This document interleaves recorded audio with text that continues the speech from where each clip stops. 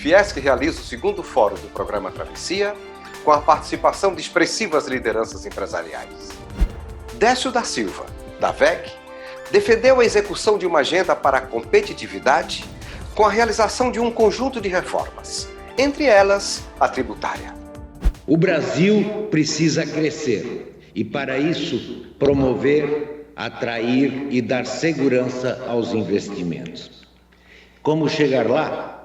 Em primeiro lugar, a agenda de reformas deve ser impulsionada. A principal reforma em discussão é a reforma tributária. Existem várias propostas em debate. A PEC da Câmara, a PEC do Senado, propostas do Poder Executivo. E acredito que podemos avançar com qualquer uma delas individualmente, ou um mix entre elas, contando com uma maior coordenação e entendimento entre o Poder Executivo e o Congresso Nacional. Independente da base escolhida para avançar, o resultado final deve contemplar alguns princípios fundamentais. A reforma deve ser neutra e não deve ser admitido em nenhuma hipótese o aumento da carga tributária, que tanto pesa sobre as empresas e cidadãos. Lembrando que o Brasil já é um dos países de maior carga tributária nesse planeta. A reforma deve contemplar desoneração da folha de pagamentos, tributo muito prejudicial à atividade industrial. A reforma não pode adicionar cumulatividade ao sistema tributário, o que prejudica a indústria, principalmente as de cadeia longa. Chega de acumulação de créditos tributários. A reforma deve incluir não apenas tributos federais, mas também os estaduais e municipais. Sabemos que uma reforma ampla é muito mais difícil de implementar, mas temos que ousar. Não podemos deixar de fora o tributo mais complicado, que é o ICMS. Contamos com o engajamento dos governos estaduais. E aqui me dirijo ao governo de Santa Catarina, aqui representado pelo secretário da Fazenda, Paulo Eli, para que possamos ver incluído o ICMS nessa reforma. A reforma também deve desonerar completamente as exportações. O Brasil precisa exportar mais para ter mais capacidade de se inserir na economia mundial. E, por fim, a simplificação do sistema tributário deve ser perseguida com atenção especial às exigências e obrigações acessórias, pois elas são fundamentais. A grande parte da burocracia para as empresas surge depois, via legislação regulamentadora. Por isso, devemos, mesmo após a reforma, ficar atento a essa regulamentação. Gostaria de reforçar o tema da desoneração da folha de pagamentos. Quando comparamos o Brasil com alguns concorrentes globais, chegamos à seguinte média em termos de custo de mão de obra direto, aquele dos colaboradores do chão de fábrica. Brasil, nesse momento, Brasil índice 100, China índice 72 e México índice 61. Considerando que a questão cambial atual, que está favorável ao Brasil nesse momento. Em anos anteriores, essa defasagem do custo da mão de obra entre o país e os nossos grandes competidores eram muito mais elevadas.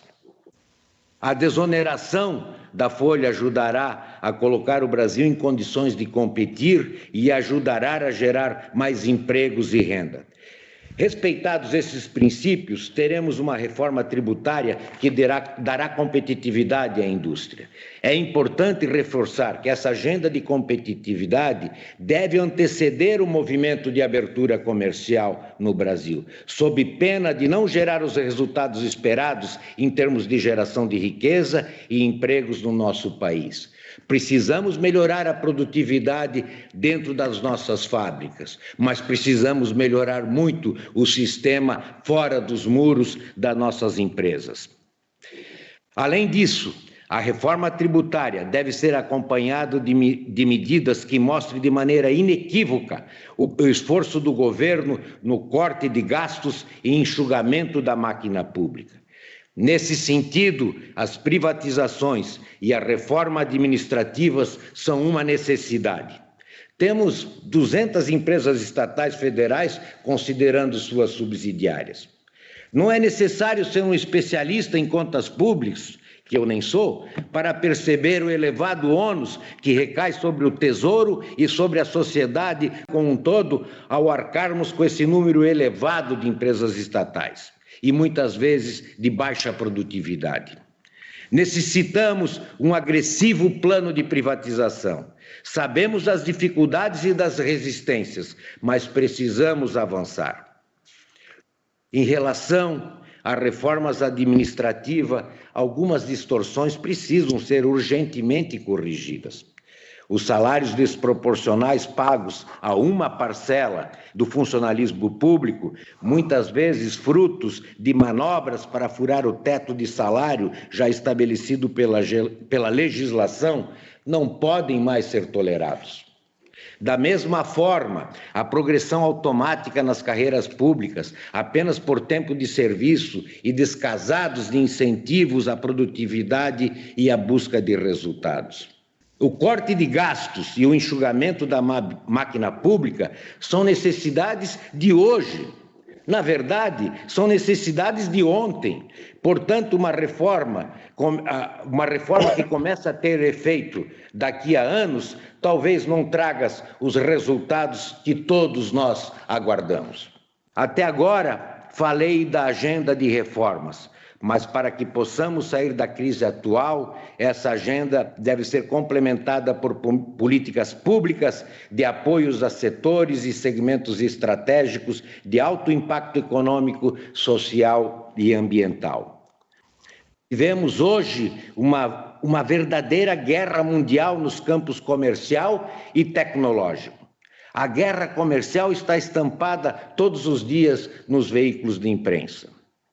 Já a disputa tecnológica, menos visível, os governos de países como Alemanha, Estados Unidos e China estão usando todas as ferramentas de apoio às suas indústrias no campo da inteligência artificial, da indústria 4.0, da economia verde, das energias renováveis, da nano e biotecnologia, para citar alguns exemplos.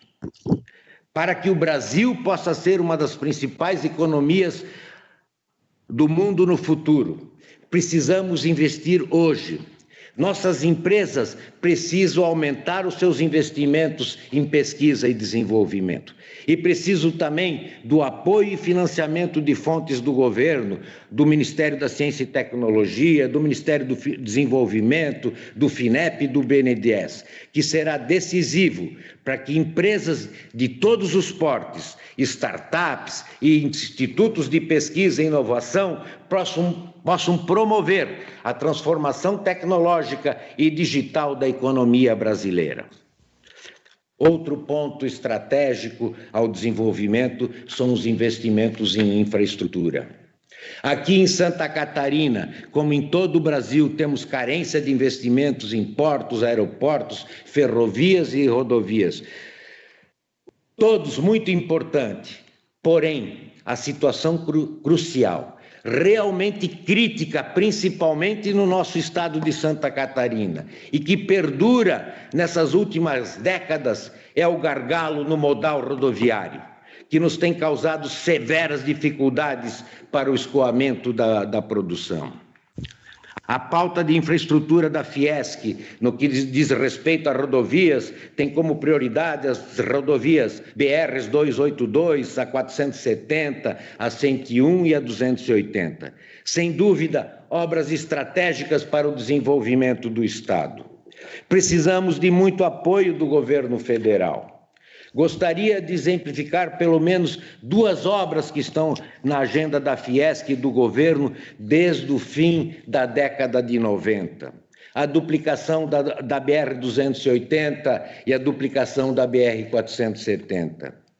Para isso, fazemos um apelo ao Ministério da Infraestrutura e ao Ministro do Desenvolvimento Regional, Rogério Marinho, que participa desse painel, para que nos ajude a levar a cabo a conclusão dessas obras que estão em ritmo muito lento e se arrastam por alguns anos.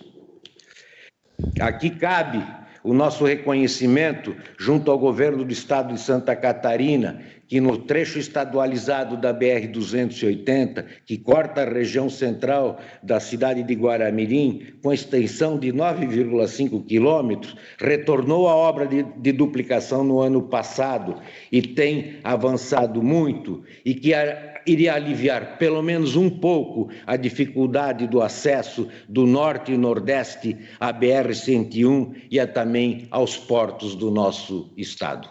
Muito obrigado ao engenheiro Décio da Silva.